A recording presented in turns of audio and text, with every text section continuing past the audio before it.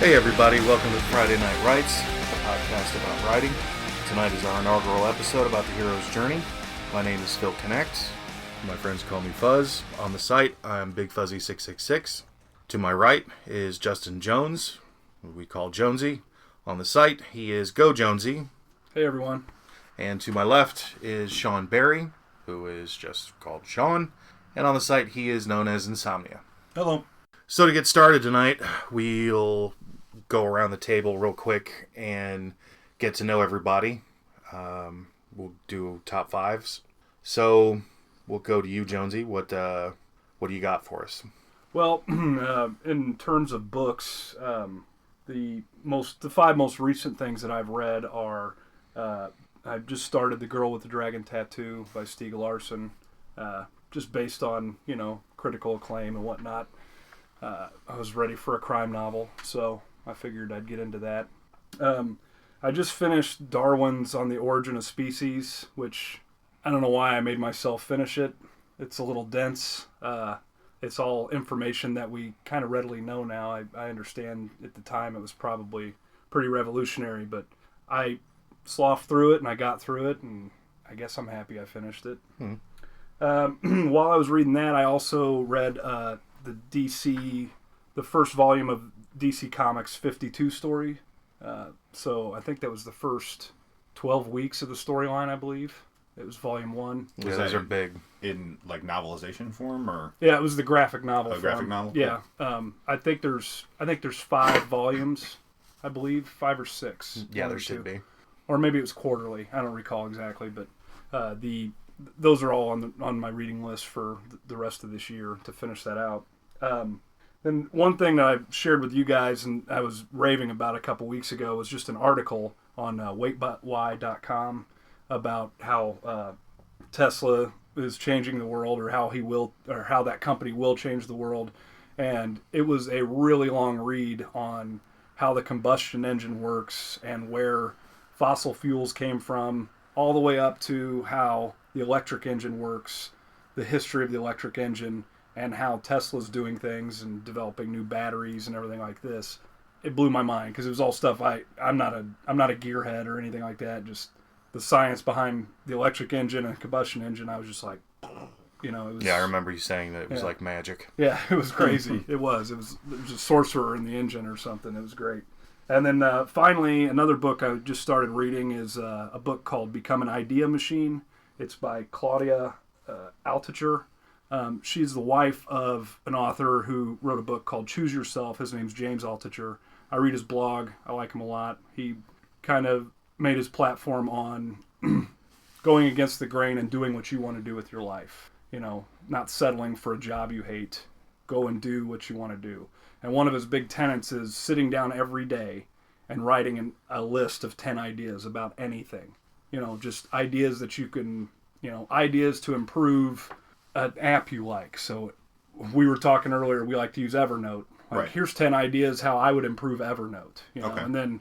And then eventually you get better and better at developing ideas every day, and it becomes like working out, and you can just start pumping out new ideas, and it opens up your creativity, and it opens up your idea machine. Basically, you can just sit down and pump out ideas with no hassle. Is this something you've been experimenting with? Yeah, I've been trying to do it every day. It's not nearly as easy as it sounds. Yeah. Like it sounds, but you get to like number 4 and you're like, there's absolutely nothing else I can say about this. Yeah. It's a lot more difficult than what it sounds. Yeah. So. But those are the five things I've most recently read. We talked about doing songs from our playlists. I have a writing playlist. I have a workout playlist. I have a bunch of different playlists. But there's not really definitely 5 songs I listen to every time I write or every time I do anything. But there's 5 songs that I listen to a lot, and they're on a couple of different playlists. One is Bob Dylan's "Times They Are A-Changin'," and I liked the song before I saw the movie Watchmen, and now every time I hear it, it's just that opening sequence. Yeah, you can't. Watchmen. Yeah, It's just those two things are almost synonymous now. Yeah, and I remember, when I saw the movie, it just gave me chills. Yeah.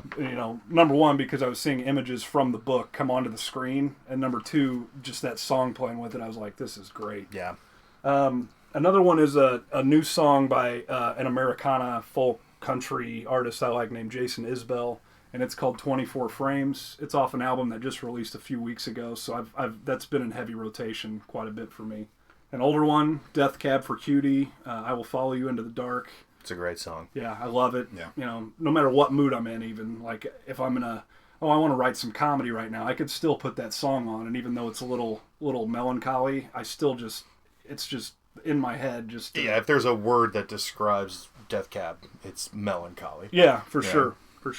Another one is Dead Leaves in the Dirty Ground. It's a cover of that's a White Stripes song, and this is a cover by Chris Thile, I think is the way you pronounce it. He was in a couple of bands, but it's a real Americana take on rock music. He does that a lot, and he's a mandolinist and banjo player, and it's kind of a cool take on it. And then finally, Simple Pleasures by Jake Bugg, who was an artist that I happened across because he was the answer to a trivia question. And when they played his song, I was like, "Oh, that's Arlo Guthrie." And they said who it was, and it's like this young kid. I'm like, "That's modern. Why does that sound like Arlo Guthrie?" Okay, yeah, I think I've heard that. Yeah. He played it in the car, and I was like, "This sounds like one of the Guthrie boys," and he was like, "That's what I thought." Well, he did. There was a Houdini miniseries on History last year, I think, with Adrian Brody. Yeah. And the song that played on the trailer was "Simple Pleasures," and it was Jake Bugg, and it's a good song. I like it a lot, but it's kind of slow and it progresses, you know. So it's a good song. I like listening to it, doing just about anything too. So cool. All right, well, Sean, what do you got for us? Let's see. The last 5 that I've read, I made it through the Game of Thrones, Jar Jar Martin, the first one. Ugh. Yeah, it was. And if you've seen the HBO show, the first book is basically the screenplay that they use for the show, right. and it's And so it was a little. I guess it was easier to read it. It was easier to get through it quickly because it was almost concurrently happening. And you can hear Tyrion's voice, making it better. Yeah. I also read.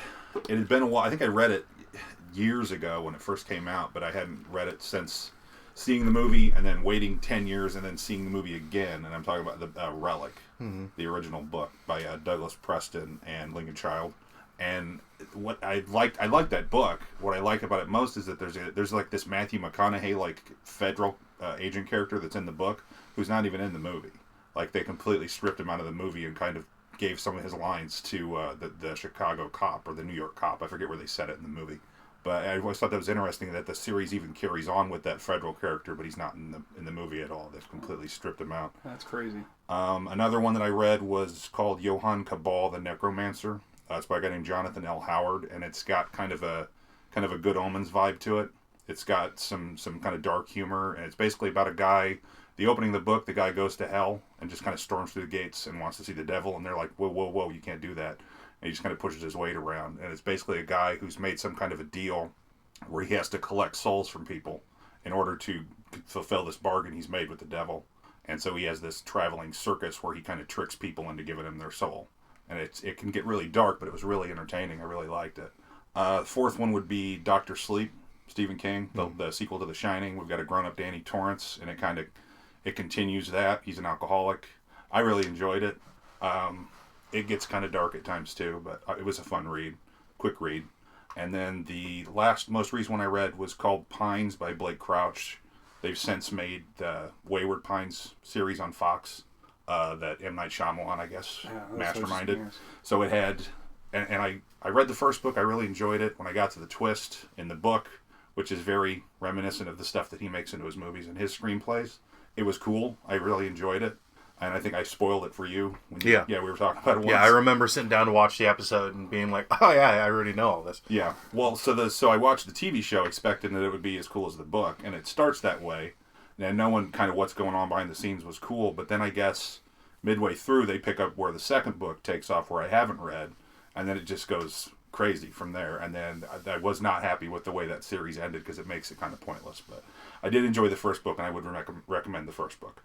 Let's see, the songs that I've got, the last 5 or so that I've got, I tend to listen to a lot of instrumental metal at work, something that I can just kind of tune out. So I've got, thanks to Pandora, I've found Angel Vivaldi and Jeff Loomis. They're both like these virtuoso guitar guys that do these really cool metal stuff that I like listening to.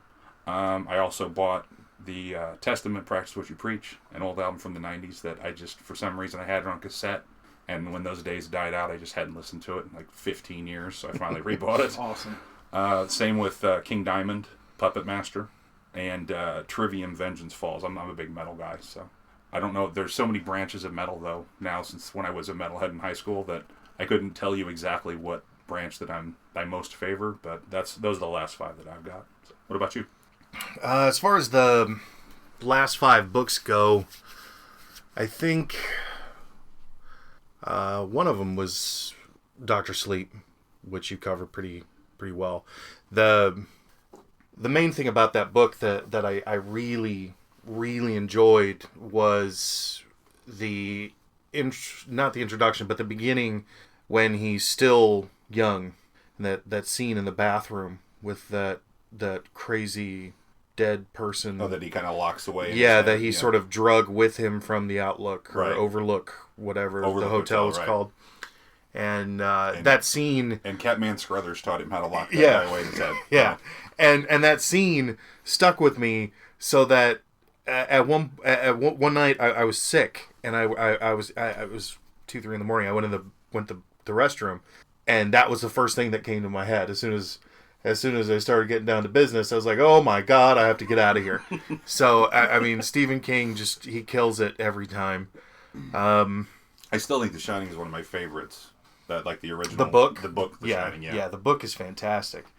I read and I reread The Dark Tower 7 and The Gunslinger, the first and last books of the series. I read those books almost religiously, at least once or twice a year, just because they're worth reading. Everything about The Gunslinger, the first book, just makes me happy. It's short, it's sweet, it gets right to the point, and it's enough of a disturbing journey that it's still Stephen King in the sense, the way that he writes and the way that he carries the story. But by the time it's done, you're so geared up for the second book, and then you just get punched right in the nuts as soon as the second book starts, and you kind of, I remember starting the second book and then putting it down for a while because I just didn't want to go on. Yeah, you get to the crab monsters, and then that just horrific incident. And you're like, how do we go from here? Yeah, which was kind of lame. I wasn't a big fan of that, but it turned out to be cool for the overall series. And then of course, Dark Tower 7, which closes the story out and sort of re-begins the story. And I loved how that whole book seems to build up to this, what you expect to be this epic, massive battle. And it isn't at all. It's almost a letdown of an ending, with a character that comes literally out of nowhere, but then turns out, like everything, to have roles in other stories. And then he just, let's just finish it like this. Boom. And then you get to the end, and it's just, you feel so bad for that character. Yeah. That Stephen King is just... I remember being very upset for that character. Yeah, Stephen King is just being just horrible to that guy. But he has talked about going back and given I remember you get to the Codex at the end, or Codex, and he's like, if you want, you can stop here, or you can go on. Yeah. And from that point, he's going to do a second ending at some point. Yeah, I had read that too, and I think that would be really cool. I hope that it gets around to that. That would be fantastic. As far as other books are concerned, I just recently reread The Watchmen. You can't go wrong with that. Of course, I was such a huge fan of the film that getting to the ending of the comic, I just sort of said, I prefer the movie ending. Give me that movie ending. I do too. I've heard that from a lot of people too. I remember the controversy of Squidgate when the movie came out, but it was just like, this is so much better of an ending. It makes so much more sense. I saw it with somebody who wasn't a fan of the book, and like they got the whole thing, and I was like, "Hey, that should have been the end of your conversation with them, though, if they were not a fan of the book." Yeah. Well, I was married to her, so. Okay. But then I showed her the book. I'm like, "Here's how to end the book." She's like, I don't even know what any of this is. Yeah. I was like, yeah. Yeah. And the other thing that I've been reading really heavily is a comic book series that hasn't, it's been collected, but I don't have any of them. I just have the digital downloads. Is a series called Saga by Eric K. Vaughan and an artist named Fiona. I'm forgetting her last name, but it's fantastic. It's about these two alien races that start a war, and then the war expands to all these other worlds, and then the home planets where the fight started go back to being normal. War just kind of ceases there, and people there don't really know what it's like to have been to war. There's generations that have come and gone, and this war is spread all over the galaxy. And it mostly covers the story of a little girl who is the narrator of the story from the point that she's born. She's the narrator, or actually I think before she was born, she's the narrator of the story.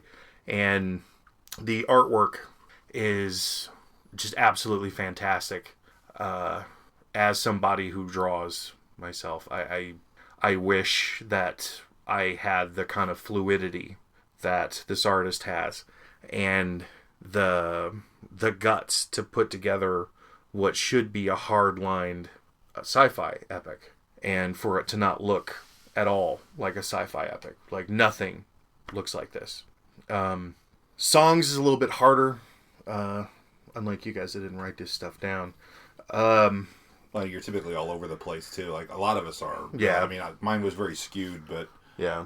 my playlist will range everywhere from Death Cab for Cutie and Frank Sinatra to Slayer to Austrian Death Machine. Like it's all over the place. Yeah. Yeah, and I'm into this country Americana thing right now. Like, Right. It's not anything I've ever been into in my life, except for like the last year and a half, and I've just been listening to it over and over again, Yeah. like this type of stuff. So, I think The Cure Love Song, obviously. Anything off of the Disintegration album is a favorite of mine.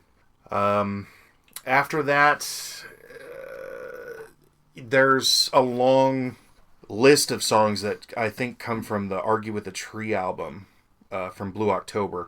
But She's My Ride Home is a song that it's a deeply personal song. I don't know how someone else wrote a song that's deeply personal for me, but somehow it is. And it's one of those songs that I can listen to whenever and feel better about everything. Much like Carl Papa. Carl Papa, yeah, I can listen to Carl Papa and it just jazzes me up. After that, geez, probably Echo and the Bunnymen. killing Yeah, time, yeah. killing hour. No, it's Killing something. Either way, you look from up. Donnie Darko, right? Yeah, yeah. Oh, okay. Which I always forget that song's in Donnie Darko. Yeah. What's your favorite STP album? Because I would pin them as one of your favorites. Yeah, STP. Before the kind of meltdown, Core is great. There's a song, two songs. Begins with Sin, and then it goes directly into the next track off of the Core album. They're kind of in the dead center of the album, and Purple is just wonderful. It was such a nice. Part of it's because almost everything from that block of time from when you were about 16 to maybe 2021, that kind of represents like the stuff that you thought were cool back then. That's the stuff that stays with you as super cool for the rest of your life. Yeah, I can agree with that. And plus, what I always thought was weird about Purple was it somehow simultaneously fit with everything else of that era and also stood out from it. Yeah, it was when, Dirt from Alice in Chains is an album you can listen to from beginning to end, and it's incredible. There's no arguing that as far as I'm concerned. Core for me was just like that. It was a hard rock album, and then Purple came out, and it was like they took all of the I don't want to say angst, because Core doesn't strike me as a angst-filled album, but when Purple came out, it was just filled with so much joy. There was just happiness in that music that I personally identified with at the time, and now that I'm older, listening to it is so nostalgic that, it takes you right back to when you were a kid. But other than that, I mean, if you were to look at my Spotify playlist, you'd just be like, this is the most ridiculous thing I've ever seen. I mean, I listen to Tom Waits, what's he building in there? Building. Yeah, that's not even really a song, but it's still, you can listen to it. It stands out. Yeah, you can listen to it, and it's so cool. And beyond that, I mean, I've been going back and forth between stuff from Angels and Airwaves to like I said, Tom Waits, and just a whole bunch of other stuff. But that's really about it as far as I'm concerned. Should give you a decent picture of what we're like, I suppose. Yeah, hopefully. That Echo and the Bunnymen song is The Killing Moon. The Killing Moon. Yep. Yeah. Thank you, Bryce. Yeah. Thank you, the Riz. All right, so now that's out of the way, we're going to cut over here to Jonesy and find out what's new with the site. Well, what I'd like to do here as we keep doing these podcasts is kind of a user guide type of segment here, basically, where I explain a feature of the site or I explain something that I've been working on, and I can flesh it out a little bit more and explain it to people. The thing that I wanted to talk about this week, because, we know a lot about them because I threw them in for us, that's the continuity tags. Right. So on the site, when you post a story, there's 2 different tags, and then there's a genre. So you can classify your story in a specific genre, and then you can add tags to it. Right now, the only thing we got on there is Friday prompts, but we need to add to that and get some other classification. But those tags are for use by anybody.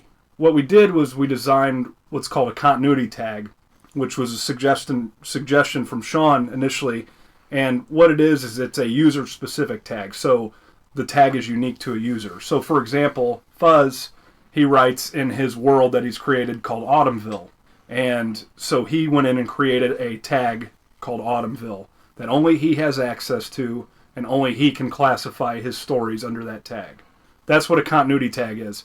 So there's a couple of different ways to get to it. I'll try to keep this brief because it'll get a little dumb. But under your profile, you can manage your stories. You can manage your continuity tags. So if you click on that link that says Manage Continuity Tags, you can go in there, edit the ones you have, or delete them if you want to. Or easily create more for a new... Or add new ones, new series you're working on. Yep, correct. And then from there, once you've created it, anything you write that, pertains... If you're writing for one character, mine is Eli Grigsby. So my tag is the Memoirs of Eli Grigsby. It's an ongoing storyline. Autumnville is his. Arcadia is yours. They're ongoing storylines. All these stories belong to this world. This shared universe, right? Exactly. And they may or may not be in sequence. They may jump around, but they share the same, Exactly. There's not necessarily an order because you really can't control that. But eventually, if you're reading an Autumnville story, you can click on the Autumnville tag up in the header, and you'll go to a blog roll that is just Autumnville stories, and that's it. Nice. Which you should. You should always read Autumnville. Well, and one thing I wanted to mention too, we've got the continuity tags for the individual authors, but we do mention the genres where we got action, adventure, and fantasy. You're not limited to just one of those genres. So if you write a story that's like a comedy horror, like a Tucker and Dale versus Evil kind of thing, you can flag it as comedy and horror simultaneously. Oh, we can do that now. Yes. Okay, cool. Yeah, so don't feel like you're stuck in that one mold. And tags are the same way. Once we have more than one tag on there, you'll be able to tag things with a couple of different tags. Okay. Continuity tags are not, though. You only get one, which... Everybody gets one. Yeah. Why? I mean, you can have multiple continuities that you manage, but the story can only have one because it'd be silly. So yeah, I can have 8 continuity tags, but each story only will fit into one of those boxes. Right, and like right now you have Arcadia and you have Richie and Chet. Right. And you can't tag a story with both. Gotcha. Unless you want Richie and Chet to get into an Arcadia story for some reason. That would be obscure. You still can't tag it with both though. So but that's how the continuity tags work. And if I'll put in the comments about the podcast and stuff how you can get in touch with us to give us feedback about features of the site, ask us questions. I want to create a user guide that explains how all the features work. I know it's not the most difficult website to use, but I want to be able for my mom to get on there and use it, Right. So, and we're still open to suggestions. Absolutely. Like, what would make this a better experience for you? Let us know. Yeah, absolutely. I think it's important that the more people that are getting involved, that they have a voice in what should hopefully become, a homestead for a lot of people's different writing, and is making it so that everyone's welcome and everyone has a voice and everyone, is heard, is only going to make it more appealing for people to come in and want to join up and add in their stuff. Agreed. Well, and I know a lot of people, the biggest challenge for a lot of people, myself included, is just getting motivated and getting over the initial fear of doing this. We don't want to have technological hurdles in the way that's going to also, curb that. We want to make it as easy as possible and be as encouraging as possible. We're looking forward to reading your stories just as much as we're looking forward to writing our own. Right. Absolutely. And like you said, we want it to be approachable for, all technical levels, basically. We want it to be easy for the users to use. But the thing that I've been working on for a couple of weeks, and I'm just, I'm an amateur web developer. I don't do it for a living. I've taught myself how to do all this. But so it takes me a little bit longer than it does, hardcore developers or anything like that to roll features out. But once I get them out and tested, they're usually pretty. You've been on the ball, man. It's been good. I appreciate that. They usually work pretty well. So the thing I've been working on is a notification system and an activity stream system, so that when you go to a user's profile page, in the middle of the page, right now it's showing you all their stories. Okay. What I would like for that to be is an activity stream. So Fuzz favorited such and such. Gotcha. Fuzz's story, Beware the Scarecrow, was rated a solid 4. As well as I deserve that. That activity stream will show just all kinds of different verbs, basically, for that user's stories and what things that user has been up to on the site. So would that be like for me, like if I log into my back end of the admin page, it would be, this is everything I've done? Yes. Okay. Yes. And then also, up in the upper right-hand corner where your avatar is that shows you're logged in, there'd be a little badge there that shows how many unread notifications you have. Oh, cool. So the idea is eventually... Because you can be able to subscribe to an author. You can subscribe to an author, or you can follow a continuity. So I can start following Autumnville. I won't get notifications for the other stuff like your Steel story that Fuzz posts, but I'll get notifications anytime a new Autumnville story is posted. And are we able to do that with the genres as well? Yes. Which cool. You should do that. You should subscribe to all my Autumnville stuff. So you'll be able to subscribe to just about any object, basically. A user or an author. You'll be able to subscribe to a genre, to a tag, so you can just subscribe to the Friday prompts and just see all those in one feed.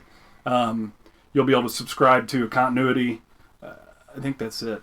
That grouping. So once you subscribe to those, then you'll get notifications on the website. But you'll also have the option to get email notifications. So then what you'll get is like a curated list every week or every day that shows here's all the stuff that's happened this week in what you're following. Okay. And then finally, the other piece of that is comments. We really want this site to be interactive for everybody to help everybody else out, and we want to utilize the comment system for that. But right now, if you leave a comment or you've posted a story and it gets a comment, you don't get a notification in your email yet. So I want to make sure that that's in place sooner rather than later. Some of these other notifications features are down the road a little bit as I test them and get them working, but the comment thing with email is going to be soon for sure. Okay. So that's what's in the user guide this week. Again, if you got any feedback or any requests, anything like that, I'll leave our contact information. You can email us, it goes to me, but fnwrites@gmail.com, and just leave feedback. Tell me we're doing a good job. Tell me you don't like the site. Tell me there's a feature you'd like to see. Anything like that. And if there's a reason I can't implement it, I'll explain that to you as best I can. And otherwise, I'll try to work it in. So keep that email address in mind and let us know how we're doing and stuff you'd like to see. All right. So for me, I just want to throw this out there. This goes along the lines with what he's been talking about, is the idea, for me personally, I find an elegance in simplicity, and being able to walk into the Friday Night Writes site, log in, and post your story. No screwing around. You don't have to, you don't have to click on 40 different things to get from place to place to place. If you're looking for somewhere that you can post your work and it remains yours 100%, we're not interested in stealing anybody's work. And the point of the site is to let everybody post their stuff for free. And yeah, whether you consider this just a hobby you're gonna dabble in, or if you have aspirations of something greater, use this as a testing ground. Exactly. Build your resume, and have a good time doing it. Meet people, toss around ideas. We've been tossing around the idea of potentially making a forum page, and that might be in the works sooner than later. We don't really know yet, but hopefully we'll get plenty more people who want to get involved with the site, and will let us actually start building a community, which is pretty much what we want to do here. Alrighty, and so moving on, one of the things that we're going to be doing here, hopefully every podcast, is doing our story choices of the week. This week, mine was a story written by Sean, Insomnia on the site, called Goodnight Archie. It's a crime genre. It's a Friday prompt tag with Arcadia as the continuity. It is a short story about a character, Frank Callahan, and his partner as they're driving a unusual package towards an unusual place to dispose of it, or apparently dispose of it. So, Sean, why don't you tell me a little bit about this story? This is set in my Arcadia continuity, which is, it's basically, think of like a 1920s, like a Dick Tracy kind of a town that can have, or like the 1920s serials, it's a town that'll have detectives and mobsters, but it'll also have like mad science and all kinds of crazy, any of the kind of stuff you would see in your 1920s like movie serials, like Flash Gordon kind of stuff. And Detective Frank Callahan is one of my main characters. He's kind of an anti-hero cop. He's not a full-on dirty cop, but he will bend the rules from time to time. And his partner, Detective Meadows, this is just one of their journeys. I plan to expand on more characters than just them. So far, I've only really hit on Callahan. Okay. So I'm going to read just a little bit here from it. Starting at the very first paragraph is headlights sliced through the darkness, illuminating the treacherous route before us as we ventured further into the forest. The winding dirt road neatly carved its way through the trees, while the forest itself seemed to creep oppressively in upon us, expertly hiding the city lights from Arcadia beyond. It didn't matter. We'd taken this route so many times before, I'd have wagered we could have done it without the headlights.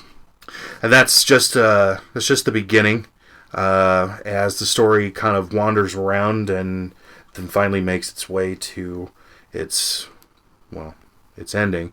And for me, I thoroughly enjoy the Arcadia stuff because I've been present in a lot of its genesis, and it's just a personal favorite of mine.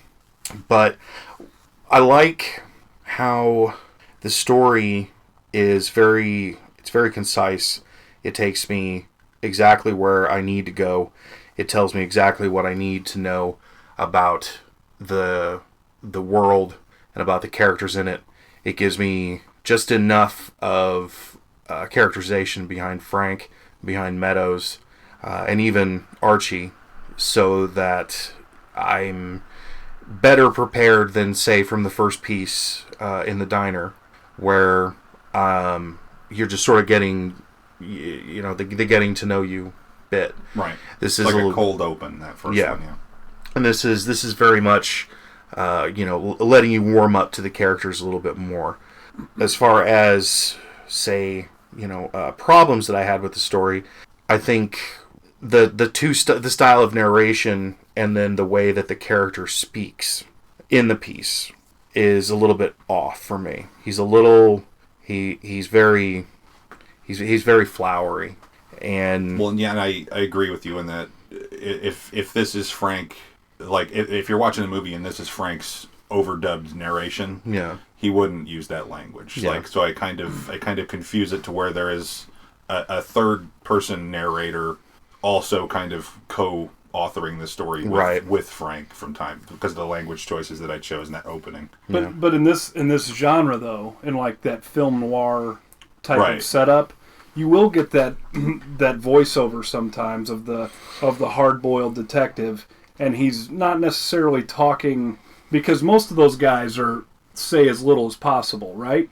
Right. But since they're narrating a scene that's coming up, like, the dame, she approached my door, blah, blah, blah. Yeah. Some of the and vernacular I they was use trying there. that, but I maybe went a little too far with that. Sure. Yeah, and it's a little easier, but it's definitely more than what they offer as dialogue throughout the films or the books or whatever. So I don't think that it's, maybe I think you're on the right track is what I would say.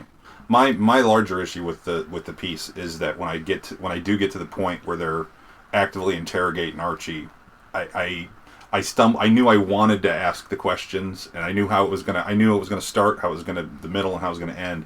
But I struggled over what information they were trying to get from him, and I don't know because it was such a late at night piece. I think I may have rushed what they were trying to get out of him, and then having that exposition underneath about the bank robbery, that hostage thing, which to someone who has only read the two stories is like, what the hell is this exposition piece? It was a little weird when you get to that point, and Frank kind of asides with, yeah, that was that time that I dressed up like a hospital, and you're like, wait a minute, you're a detective. Why the hell would you dress up like anything? And the reason that is because a lot of the stuff that we kind of do, it kind of bleeds over into like role playing stuff. Yeah. And like so that's where this kind of started. This was my world, and so that was an incident that already has happened that I've written about elsewhere that just hasn't been put into a piece for the site yet. Yeah. Right. So that was a whole other incident that I'm referring to, which is kind of cheating, in that we're kind of writing these things out of order. So this has already happened yet. It's just you haven't read it. So it's like, had I put that other piece up first, that would have made a lot more sense. Yeah. Right. Yeah. I think a lot of us though are pulp fictioning the timeline of our stuff really, really badly, so that we're just kind of throwing stuff out wherever we like, as opposed to trying to keep some semblance of order. But personally, I love the story. I like that, they don't turn out to be complete scumbags. You get the impression that they're going to take this guy out in the middle of nowhere and, blow his brains out. Right. And it's great that they don't, Yeah, that's why I have that line in the beginning where we've driven this route so many times we could probably do it without the headlights. Yeah, you get the impression this is just a tool of their trade. I can't do that. I can't pull this kind of jackassery at the station, but I can take a guy out in the middle of nowhere, put the fear of God into him, get what we need, and then we just go on our way. Yeah, and they're never going to go that far. Right. But the people that are going with them have no idea. Right. So. Well, yeah, they're locked in the trunk, and it's all just theatrics. That's yeah. That's like Meadows taking a nap before that. He's like, wake me up when we're ready to do this, and like, all right, okay, it's time, showtime, let's go. Yeah. Wake up. Yeah. Yeah. But I look forward to expanding on Arcadia. Like the current prompt that I'm working on I might delve into one of the other characters other than Frank, because there are many others Frank's my comfort zone. Mm-hmm. So that's the one that I kind of dip in on. Yeah, it's definitely one of my favorites.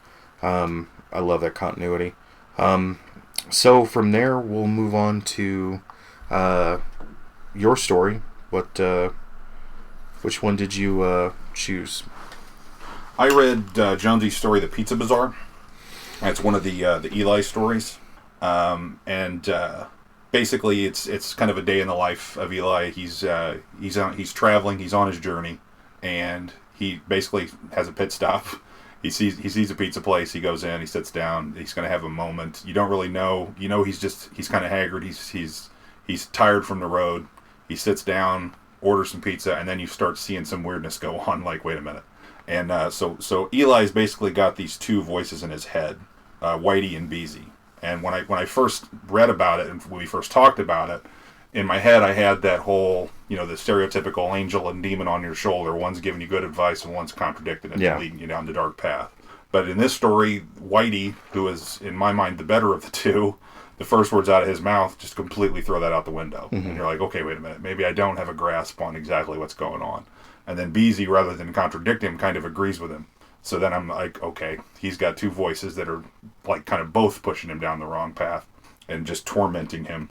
But it does do a good job of kind of just throwing you in, and you see what Eli's predicament, what he's going through, and you're like, he's even milling over the fact I'm nuts. I'm just crazy, and I've got to do something to stop this. What can I do?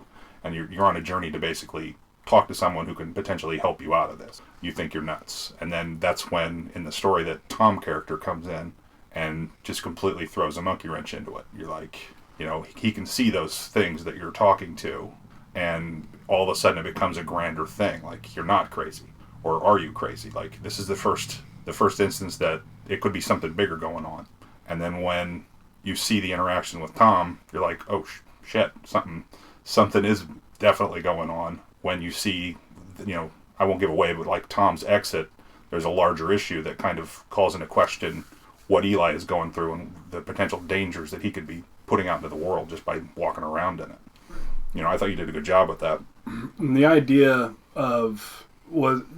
there was to have Tom show up to do what he ended up doing at the end of the scene. That's why he was at the Pizza Bazaar. But then when he got there, he was like, what is that? Okay. Mm-hmm. What is this guy over here? So that's when he goes up and he introduces himself to Eli. Okay. He wasn't there for Eli. He was there to do his business. Oh, okay. To do his job. Well, that almost makes it even more menacing then, because before it was almost like this guy accidental, like you scuffed my sneakers, I'm going to take you out. That was basically that. But if he was actively going there for that guy, then that's even darker. Right. So that's cool. That's what his intended job was there. And then he happened to see Eli sitting in that booth when he got in, and he's like, well, that ain't right. Well, and you touched on the fact that that they call the things Thanatos spirits, and Tom has one, and he's had it for a long time. He knows the ins and outs of it, whereas Eli's new to this, so he doesn't understand the grander scheme of things, or the fact that he's special in some way because he has two. Like, he's unique, and he has two, and so now any of these other things he runs across, he's going to be like this shining beacon. They're going to just be drawn to him to be like, why are you different than us? Well, but the hosts that carry Thanatos spirits, the theory behind the world is they're reapers, basically, right? Okay. So Whitey, though, is not a Thanatos spirit. He's what's called a protector spirit. He's a guardian angel. Okay. So his job is the exact opposite of what Beezy's is. He is compelled to save people's lives. Be in a place at a certain time when Joe Jackson is getting ready to step in front of a bus. He's there, pulls Joe Jackson back so he doesn't get hit by the bus. Okay. So it's a complete divergence. They are exact opposites. Like, whereas their business can interact with each other, so they're in each other's ways. So their purpose is the exact opposite, but their personalities kind of get a little closer than you would think. Yeah, at times, for sure. Yeah, definitely. Which makes for a cool dynamic, I think. Thanks. And I think for me, one of the most enjoyable things about it is it being a first-person story, because it gives you so much more wide berth to really throw in a lot of characterization and to spend time getting to really know Eli as a person, because every word that you're reading is essentially him telling you the story, not an author telling you a story or a narrator or whatever. It's from the horse's mouth, and I enjoy that. I think I also like that. I mean, in the matter of like 2 paragraphs, you build this much larger mythology.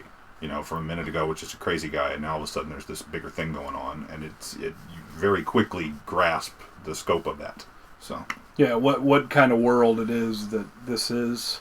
The first Eli story, the first time I killed myself, was to show you that he's he's figuring out, if you could think about this happening, you would be, I'm schizophrenic, and I can't make these voices go away, so I'm going to jump off this cliff, right? So that was his idea. Well, when he did, and he didn't die, he couldn't figure out why. Well, up until that point, he only heard the voices. After that happened, he saw them.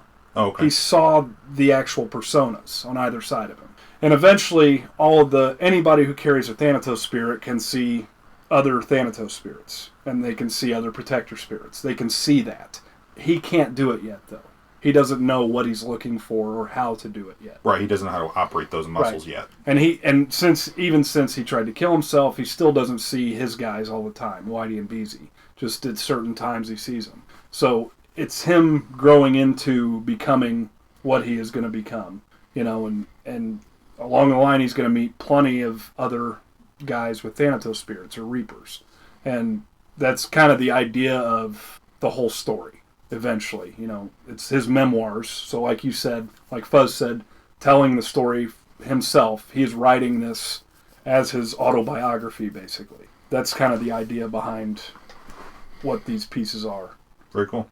Yeah, I do enjoy them. I critiqued it on the website when I got done reading it. I was like, I don't know why I put so many adverbs in this thing. Everything is done suddenly or strongly, or I don't know why I did that at the time. I don't really care for that usually when I'm reading other things, but for some reason that just bled into what I was writing. So, but I do enjoy the characters for sure. Looking forward to seeing more. Yeah, thank you. All right, so then next we'll move on to Jonesy's story, which is I did Fuzz's story, Beware the Scarecrow. It is in the Autumnville continuity. It's in the horror genre. And this was before we were doing Friday prompts or anything. This is one of the first pieces that was posted to the site back when we first launched, and it was really just us looking at it, Yeah. So in the story, the narrator of Autumnville is recounting the story of how he came to become a part of Autumnville, what he was doing there, what he encountered, which was one of your mainstay characters that we know about because we're familiar with some of your Autumnville stuff, Yeah. the Scarecrow, who's a heavy and a very interesting character. He is coming to he's a necromancer, and he's trying to control the Scarecrow spirit to do his bidding, basically. And what happens to him is that, in the end, the Scarecrow curses him so that he will always know everything that happens in Autumnville. Yeah. And all he can do now is tell the stories of Autumnville. Yeah. And that's a pretty brief summary, but the story is, I'll get back to this because we are familiar with Autumnville because you've written a lot of Autumnville stuff before we started writing together, before we started doing Friday Night Writes. Me and Sean are familiar with it, and we're familiar with the narrator who is a character in your story. Yeah. And you've taken pretty great pains to make him a character, not just I'm telling you what's happening. Yeah. He's got his own flavor, he's got his own voice. He doesn't show up necessarily in the action ever or anything like that, but he is a specific voice. Yeah. And it's really a cool thing, I think. And what's cool about this story is it's a perfect thematic introduction to Autumnville. It's got the spookiness. It explains the zone. It explains the doors where you cross from, the real world to the other world. Yeah, I always worry that I'm not getting that across. Well, as an introduction, it explains it. It's short and sweet. You explain what's going on, but you could explain it more, but I'm sure you will in subsequent stories, So, but all of the imagery, everything just sets the mood perfectly for me. I think it's great for that. I think the description of the Scarecrow is great, and just starting things off with, hey, here's this thing. I have the sense reading it, like, okay, it's not going to get much more, not evil, but much more heavy than this guy. Like, this guy is serious. Yeah. Right. I get that feeling just from reading this. And I know I'm familiar with the Scarecrow, but just reading this, everywhere you look, it says, beware the Scarecrow. It's ominous. He is a force in your world. Yeah. And so the narrator, that uncovering of his character is great for an introduction to your continuity, and introducing one of your heavies who's going to be a recurring character, most likely, in all the stories you write. Yeah.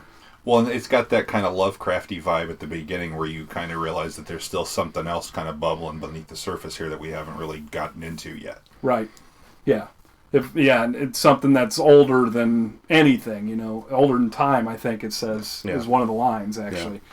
Older than time itself, and just the feeling that it gives the guy who encounters it is all really well done. I think I posted a comment that it was maybe ended too abruptly. I think the reason I got that is because I was maybe waiting for a little bit more backstory on the narrator, or I was waiting for a little bit more backstory on the Scarecrow, and this may not be the time and place for those things, but maybe that's why I thought it just ended abruptly. Yeah, and it kind of ended where it began, so maybe that was a part of it too. Yeah. So, but that was my initial feeling about it, and I really like the story. I like all the Autumnville stuff I've read, and I think you're on a good track with that world and with that continuity. I think as far as the abrupt thing goes, I can see what you're saying in that it does just sort of wrap up without necessarily spending a lot of extra time telling you what, where these guys are coming from, what the Scarecrow is, and what the narrator is.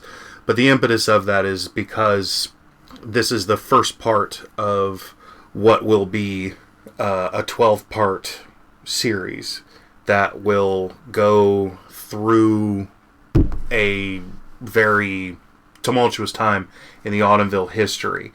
This episode 1, Beware the Scarecrow, is intended to be somewhere between 5 and 10 years in the past of Autumnville.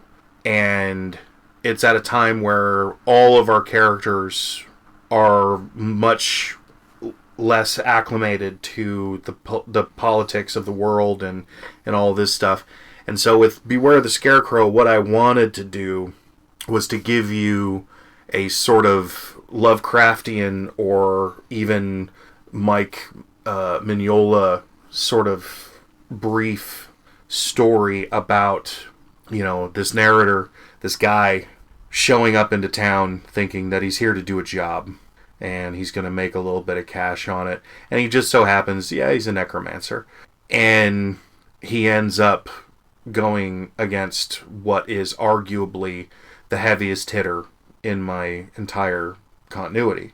And of course, this character, the Scarecrow, sees right through him, sees every horrible thing that he's ever done, and says, sure, take it. Here's this cross pendant thing that I wear, and it's the symbol of what I am, and I'm just going to give it to you. Take it. And also, I have another thing for you, which is you're going to be nobody for all eternity. You're going to be some bum walking on the street or sitting, in an Applebee's, in the corner that nobody wants to go near because you haven't put on deodorant in 20 years. And, he's just this poor bastard who gets stuck. Just, he encountered the Scarecrow on the wrong night, and Scarecrow's just not having it.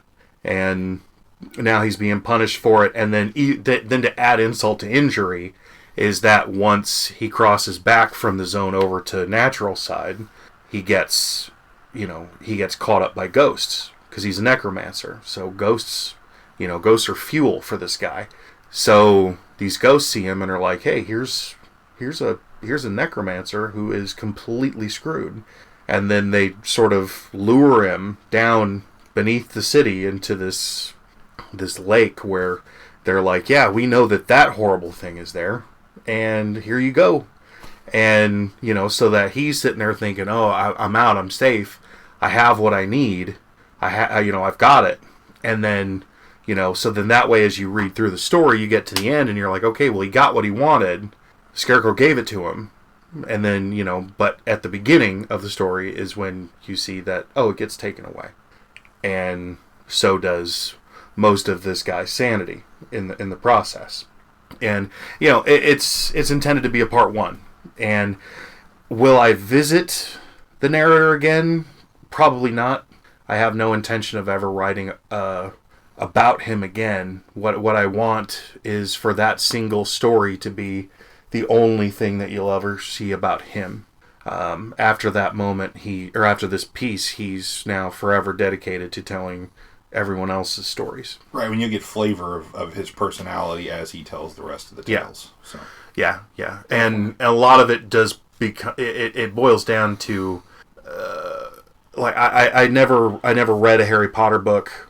I never, I'd seen a few of the films, but it was, one night I saw on YouTube, Stephen Fry narrating the book, doing an audio book, and I love Stephen Fry, so I plugged it in, figuring I'll just let this run for a couple hours and just enjoy it, just listen to Stephen talk.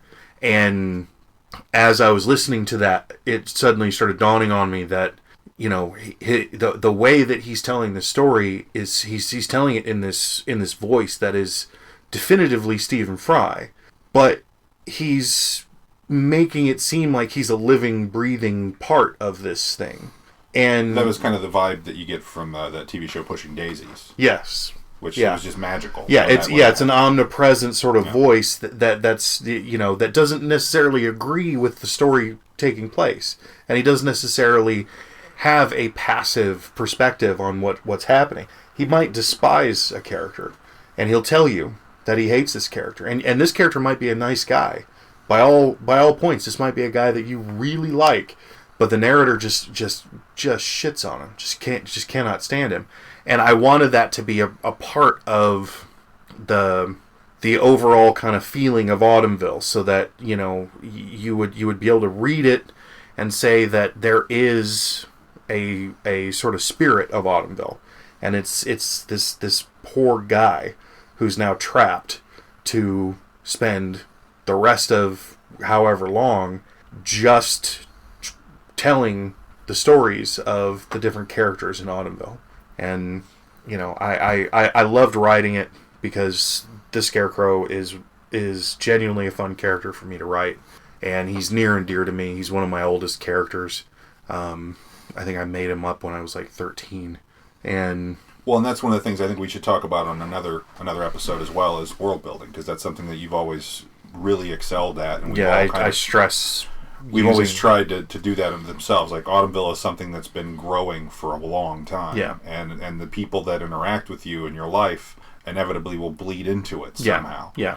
And then Arcadia is my kind of attempt at my world building for the first time, and a lot of us are trying to do that, but you're ahead of the curve a little bit on the rest of us. But yeah. So I guess to sort of pinch that loaf, so to speak, is that I agree. It's a fantastic story, and everyone should read it. Go read it right now. Yeah, stop what you're doing. Go read it. All right, so moving on, we'll get to the point of this little endeavor. The discussion about the hero's journey, originally a Joseph Campbell joint, and he more or less went around, read countless stories, and went through and figured out a consistent thoroughfare, a plot line from virtually every storyline that is the hero's journey itself. And as far as the hero's journey goes, I mean, you've seen it 1,000,001 times. It is the plot line. And not realized you've seen it. Yeah, it's the plot line behind Avatar. It's The Matrix, Superman, Batman, Star Wars, Harry Potter, definitely. All of those stories told in 1,000,000 different ways from 1,000,000 different perspectives, but they are, for the most part, the exact same story being told over and over and over and over again. And some people see that, and they dislike it because it's an obvious kind of meme that moves through storytelling and fiction writers. You know, you don't see anyone who does any sizable piece of fiction that doesn't use it to one degree or another. And I think a lot of that is because they can't help it. Yeah. You know, you can't not do the hero's journey. It's impossible. Well, and that's a lot of what Campbell's idea was that we're all on a hero's journey in our own lives. Yeah. And we can all relate our lives to this template. And right, to the point that it crosses cultures. Right. Yeah. And to further that, and on that, I mean, he would go back and look at mythology, and, I mean, thousands of years old stories that all followed this template. Mm-hmm. And, you know, when did he come up with this? The early, the 1920s, 1930s, somewhere in there? No, it was later than that, because he taught George Lucas. Like, he dealt directly with George Lucas. George Lucas, in that documentary, was calling him Joe. He's like, hey, yeah, Joe used to sit down and we would chit, you know. So, I mean, I don't know precisely when he came out with it, but the stuff that I've seen about it is all that sort of Alan Watts style of self-help guru kind of stuff that crept up in the 70s. Yeah. The follow your bliss. Yeah, that whole kind of, you know, blame everything on your parents and do a lot of LSD, make yourself a better human being, you know, eat granola. And, you know, he seemed to be really in that scene somehow, because his follow your bliss thing of saying, you know, don't get a real job, do what you want to do, you know, and that, you know, for a lot of the people following up that 60s, you know, era, you know, that was exactly what they wanted to hear. And, you know, the hero's journey just kind of, I guess, blossomed out of that as a literary thing. I don't know when. Well, I guess the point I was making is that he came up with this idea, this definition, whenever he did, but he was using it to say, hey, this is the form that stories have had for centuries, for thousands of years. Mm-hmm. Like, humans have always told stories in this structure. So it's not a structure that you sit down and determine that you're going to use. It's natural. So you think it's just, regardless of where I start, this is going to kind of creep into my psyche and spill out onto the page and kind of be the architecture of my story. Yeah, that's the idea. Because we're just so used to seeing it, it's kind of flooded us. Well, and I don't even know if it's that's the only way we've been told stories, or if it's just that's our natural way to tell stories. That's how we tell stories as humans, is we follow the hero's journey. I don't know if it's that, what I just said, or what you said, like, we grew up watching Star Wars. Yeah. We grew up watching The Wizard of Oz. The age that I am, Star Wars is the ultimate story. That's what you've always aspired to. Is in the literary, you know, that may not be the greatest literary thing to point to, but sure, I was the perfect age when that came out. Yeah, and it's always stuck with me as just the greatest thing ever. Right, like, that is my mythology. Yeah, and so maybe that's the reason that when we tell stories, we tell them as the Star Wars structure, which is the hero's journey. But, you know, my mom grew up, and to this day, her favorite movie, her favorite story is The Wizard of Oz. Right. That's her mythology, or that's maybe what structures all the stories she wants to tell, is this is the hero's journey from The Wizard of Oz, and this is the way I know how to tell stories. Because when I was young, I saw The Wizard of Oz, and that was the first story I remember having this great impression on me, or whatever. That's still my favorite version of the hero's journey is Wizard of Oz. And I think because you don't see a female perspective on the hero's journey often, especially if it's not cranked up to, you know, this high level of testosterone. You know, when you look at Hunger Games, you know, she's essentially a breasted male by the time she's actually involved in the storyline. You know, her love interest is barely, if anything, her equal. You know, he's basically he's gotten by on luck, and you know, by the time you get to you scale back to the Wizard of Oz, what you end up with is a non-violent, distinctly feminine version of the hero's journey that is one of the few stories that actually promotes the idea of cultivating relationships, cultivating friendships, and putting others in front of yourself rather than being, you know, the Beowulf, you know, who can just roll in, kick ass, take names, and everyone's going to follow me because I'm so awesome. And I say that being a massive Matrix fan who loves the Matrix trilogy. I love the Neo character. I think he was exactly what the world needed at that time as a way of reintroducing the hero's journey to us. And, you know, you don't really see anything like the Wizard of Oz now. You know, almost every female character is distinctly either over-sexualized or over-hyped or masculinized to the point where she may or may not, you know, really even be technically speaking female, you know, as far as other women are concerned. Now they can look at her and say, oh, well, she's something to, you know, hold up on a pedestal, or, you know, man, I wish I was more like that.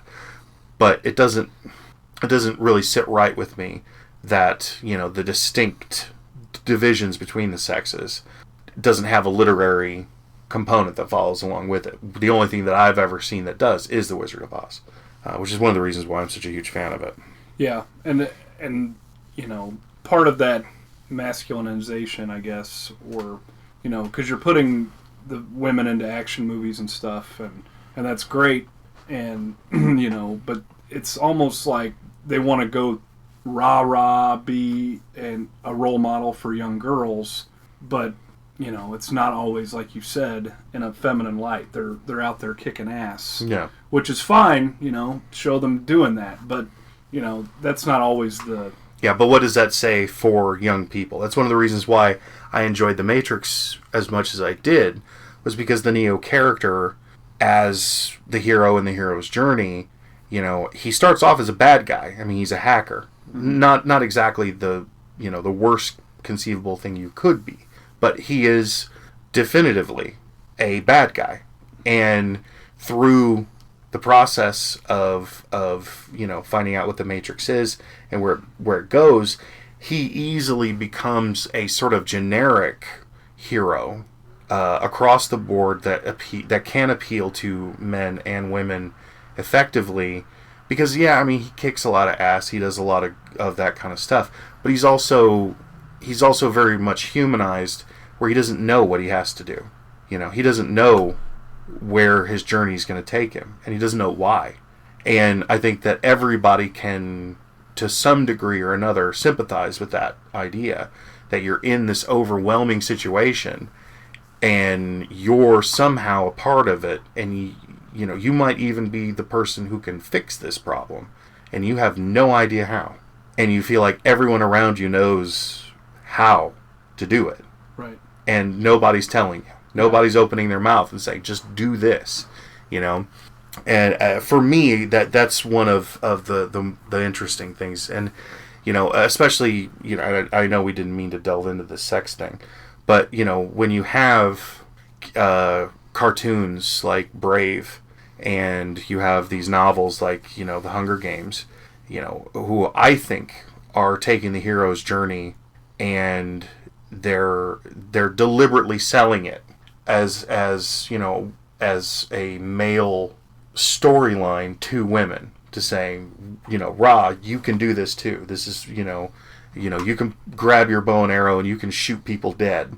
Well, you know, is that necessarily what you want to be getting out of the hero's journey? You know, no, I don't think so. Well, but that's not even a sex thing either, though. That's a, you know. Yeah, that's very true. That's very true. Can we tell the hero's journey a different way without mowing down, and that 70 members of the Viet Cong, or and that whatever. Takes us right back to the Wizard of Oz. Yeah. Is that they're I mean, the flying monkeys terrified me when I was a kid, and the witch was mildly scary, but there's no violence. Oh, really. There's no other than a house dropping on a witch and. Yeah, but that's not really violent as much as that's like wow. Not by today's like that's unexpected. Yeah. Yeah, that's a great one to keep bringing up too, because and like you said earlier, there's that aspect of collaboration. It's not we got to get all of our guns together and go in and blow the doors down. It's collaboration. You need something, I need something, you need something. Let's work together and we can get all of our different goals achieved. Mm-hmm. And that's exactly what they did. And yeah, that's a great example of something different, than what we see all the time today. Yeah, and it's one of my favorites. So let's break it down real quick. The version of the hero's journey that I like personally, sort of backed by a guy named Matthew Winkler, and he sort of has his set up like a clock. So you start off at 12 o'clock with the status quo, which is the normal world. It's the humdrum life that our hero is living in, and in Luke's case, he just wants to get out. He wants to go. He doesn't want to be a moisture farmer. He's got this inner calling that's saying, I got to get out of here. Then 1 o'clock is the call to adventure, which is when our character receives that summons that says, come on, we got to go. It's that moment where R2 glitches and spits out the hologram of Leia. And then you have 2 o'clock, which is the assistants or the mentor, meeting Obi-Wan and having Obi-Wan say, hey, you're not just some schmuck who's playing around in the dirt out here. You're somebody special. Your dad was somebody really cool. And then you get to 3 o'clock, which is departure or the entry into the other realm, which is going into Mos Eisley, sitting in the bar, talking, getting the, hey, we're going, let's go. Then, let's see, what do we got here? 12, 1, 2, 3. So 4 o'clock is the trial and the battle where your character is faced with the first of his overwhelming odds. His ability to take on what's coming at him and win. Whether it be a riddle or a physical trial, one of a million different options there. Kill your monster, battle Vader, whatever. So then you get to approach or facing your worst fear, which is that moment where you have to, you've already overcome the first of your great challenges, and now you're sort of set back by yourself and how to overcome your own, I don't know if it would be mortality or your own fear of moving forward. But it's that stage in the journey where the character has to conquer himself. He's already conquered the outside world. Now he has to physically or mentally or emotionally overcome his own issues so that now he can move on. So like to keep the Star Wars chatter going, then it would be like Uncle Owen and Aunt Beru are dead now. I've got this grander adventure that I need to partake on, and he's going to go after. Mm-hmm. They're going to leave Tatooine potentially. Although I think that would be much earlier. That would have been, I think, facing your worst fear in the Star Wars world. I think that. I mean, what comes to my head right away is the cave in Dagobah. Right. But the Luke's fear that he'll become Vader. Well, I think in the context of the first movie, to just keep up with that one, it would just be when he sees Vader strike down Obi-Wan. Very true. That's very good. And 6 is the crisis, the darkest hour, and it's the death and rebirth of your character. In as far as the development goes of the plot line, that's where you have your big, your big, smackdown fight. Neo getting shot at the end and physically dying before resurrecting as the One, and then stopping the bullets and beating the crap out of Smith. Or you don't have to. I mean, yes, you can die and be reborn, but this is the moment where the character realizes their potential. Yes. And it takes the first steps toward it. Like this is the first, this is the dun-dun moment.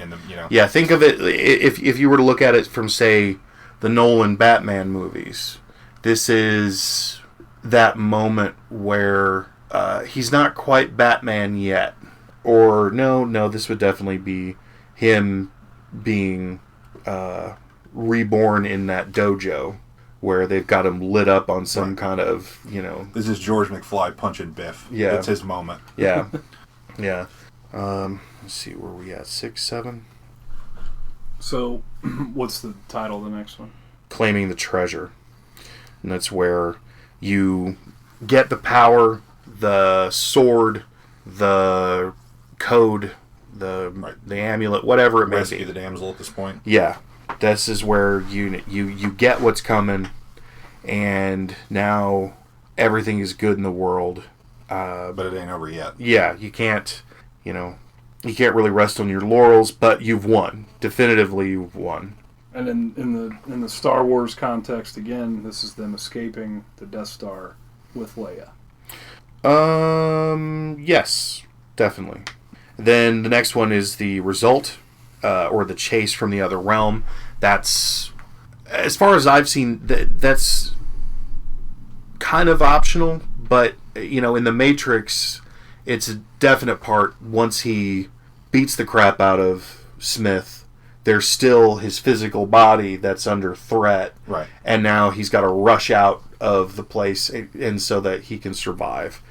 Then the next step is the return to normal, where you go back to, the world that you came from, and it seems so much smaller than it did, but it's home, and it's what you've always wanted it to be.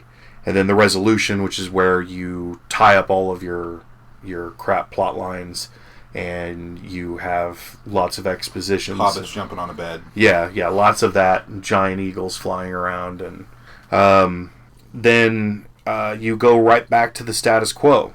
And the whole idea is that now that your character has returned to the status quo, he's no longer of the status quo. He's above it somehow, but he's returned to this life because it's all he knows, or it's what he or she has been striving for the whole time. Right. And now that they're there, well, it doesn't necessarily carry the same glamour that it did originally, but it's home, and it's what they want. So that's basically the 12 steps, which... And I have seen, like I said earlier, I've seen multiple versions of this. The 12 is the one that you are partial to. I've seen it upwards of 17 where they branch. There's a few more steps added in. Yeah. So, I mean, there are multiple iterations of this. And if you're going to utilize it, find the one that speaks to you. Yeah, definitely look for I've seen some that are as little as 5 steps, and some, like you said, that are in upwards of 20. And I think they all have some degree of usefulness, but I think that if you're going to use the hero's journey as a template, you're going to write these things down on a piece of paper, and you're going to stick it on your wall right in front of where you write, and you're going to write down, use this. Right. And that's something I haven't done yet. I mean, I'm still a novice at this. I've only been doing it for a while. You've been doing it much longer than me. You have as well, probably, Justin. But I haven't sat down and started with this blank slate and mad-libbed it in. Like, here is my hero, here is my herald, here is the journey. I haven't used that as a starting point yet. Mm-hmm. I'm sure that what I've written has kind of conformed to that somewhat, but I haven't made that step one yet. That's something I should probably try once. It's I think it's well worth doing. I've done it several times on a couple of different projects. Usually, the Millennium Station superhero-y stuff. It's really easy to throw that in. But with Autumnville, just over these last few days, just get familiarizing myself with the hero's journey. I went through and I rewrote my entire prologue scene for Autumnville 1, and that in turn tweaked enough that I had to commit to a complete rewrite of the first chapter of Autumnville. And because I know you were talking about adding that mentor character in. Yeah, I was having a real hard time trying to develop that mentor character, and then we had that discussion out back, and it was brilliant. It worked exactly where the weakness of my story was, and you supplied exactly what I needed in order to fix that. Just the right amount of spackle to fill that hole. And as soon as I did, I was like, okay, cool, now I know exactly where to go. And I added in several thousand, probably about between 5,000 and 10,000 words. But then I went back, and as I was researching into the hero's journey, suddenly all of these things started making themselves absolutely abundantly clear, step by step by step by step. So I was able to stop and go, well, if I start here and I develop this and do this and this, and, it's like dominoes. Right. And if you have characters that you've already developed and you already know them inside and out, the scenes, they write themselves. So as soon as you sit down to do the work, you plug in the playlists and you set all that stuff up. And right, and I mean, you've created these characters, you loved them for years. So to put it in terms, it would be like writing kind of a fan fiction kind of thing. It would be like sitting down and writing an Ian Fleming Bond book. I've read enough and I've seen enough. I know that character. I know what he would and wouldn't do and how he would act and what he would say. Which is something that's what you've done with the characters you've created yourself. You've fleshed them out so much. Yeah, which is something that I suggest everybody does for their characters. Is that if you don't really know a character, you don't know him, inside and out, balls to bones, then you're going to have to stop and ask yourself, well, what is he going to do in this scenario?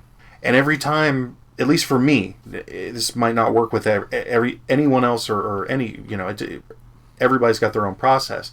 But for me, if I don't know the character when I'm writing him, and I don't know instantly what his reactions are, then that process of having to think about it, that can take me completely out of what I was doing. Right. And leave me sometimes in a lurch for days, if not weeks, trying to figure out who am I going to draw on to make this guy real, and that's one of my main things when at least when I work, is that I know these guys so that they just write themselves. And as I was looking at that hero's journey, that little bullet point, it's everything. Like I said, just like dominoes, it just started falling into place, and I was like, Jesus Christ, why have I been sitting on this story for 6 years and just needling away at it, and then getting tired of it, and then throwing it away and starting over? It's all right here. It's exactly what I needed. I have it all. Yeah, but what you had dominoes missing is what you Yeah. had, and now you've got the framework in place, so it all falls together. Yeah, which for me is fantastic. I love it. I can actually start burning away at it, just get it done.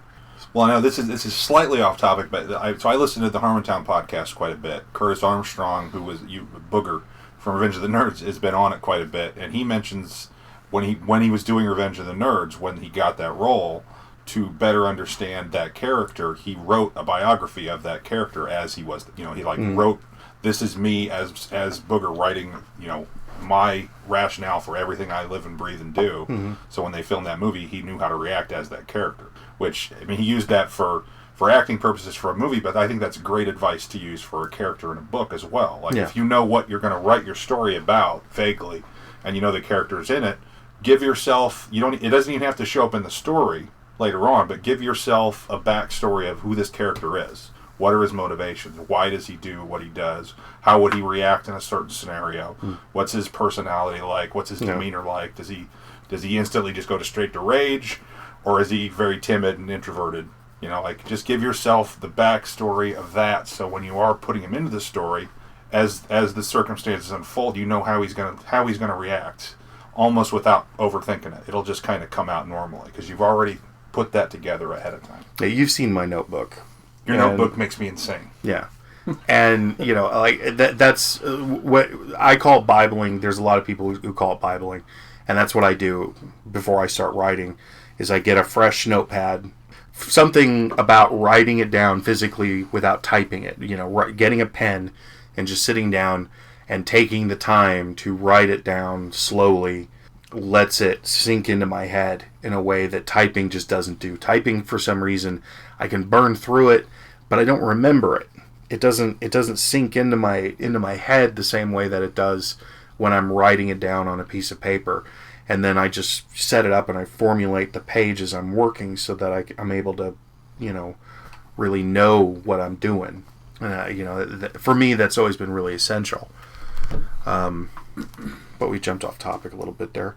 But yeah, as far as, like, you know, using the hero's journey, how would you suggest you do that? I mean, just go down verbatim, piece by piece. You know, would you suggest taking the time out to develop the world first in a way that the reader will never see, never have any idea the nuts and bolts that are going on behind the scenes? You know, characters that may never be visited, and then just going from there. I would say that there's value in that. I mean, but that may not be for everybody. Mm-hmm. You know, there's definitely there's value for having in mind what your world is. Like, I haven't sat down and defined every aspect of the Eli Grigsby world, but I know what these tenets are that I'm going to need in every story I tell about it. Right. Now, I would probably be doing myself a favor if I sat down and wrote down these rules, you know, in a lot more detail than what I have, because then in 6 months, if I come back to another Eli story and I haven't written on it for a while, I can say, oh, that's right. I have this is an aspect of what the protector spirits do. Right, and that goes to what he was saying about Bible, writing the Bible out. So. Yeah, and I would say, you know, if you want to actively learn the hero's journey, you want to understand it better, break down Star Wars, break down The Wizard of Oz, or break down your own story. And you know, if you have a story in mind, plan it with the hero's journey. You don't have to use it. You're not married to this concept. But if you want to understand it better, put it into terms that you readily recognize. Well, and you don't have to you don't have to start with the hero's journey at square one. If the story's coming out and it's flowing and it's working great, keep doing it. If you get to the point where you're struggling, then break it apart. Right. Fill in those blanks. See where you've come off the grid. Yeah. And it maybe will get you back on track and get you right back into the swing of things, getting that story done. Yeah. Which is something, like I said, I would like to dabble with that myself, because everything I've done is just blank page, and it just kind of it becomes a scene, and we get into the argument of story versus plot again, but we'll do that at a later date. But I know that I need to improve a little bit in that aspect, so I'm looking forward to trying to apply this a bit to what we do. Sure, me too. Well, that brings us to a close. I want to thank everybody for listening to the Friday Night Writes podcast with me, Jonesy, and Sean, and we hope to see you guys next time. Until then, keep writing. Thanks for listening. Have a good one. She's the kind of girl you dream of keeping hold of.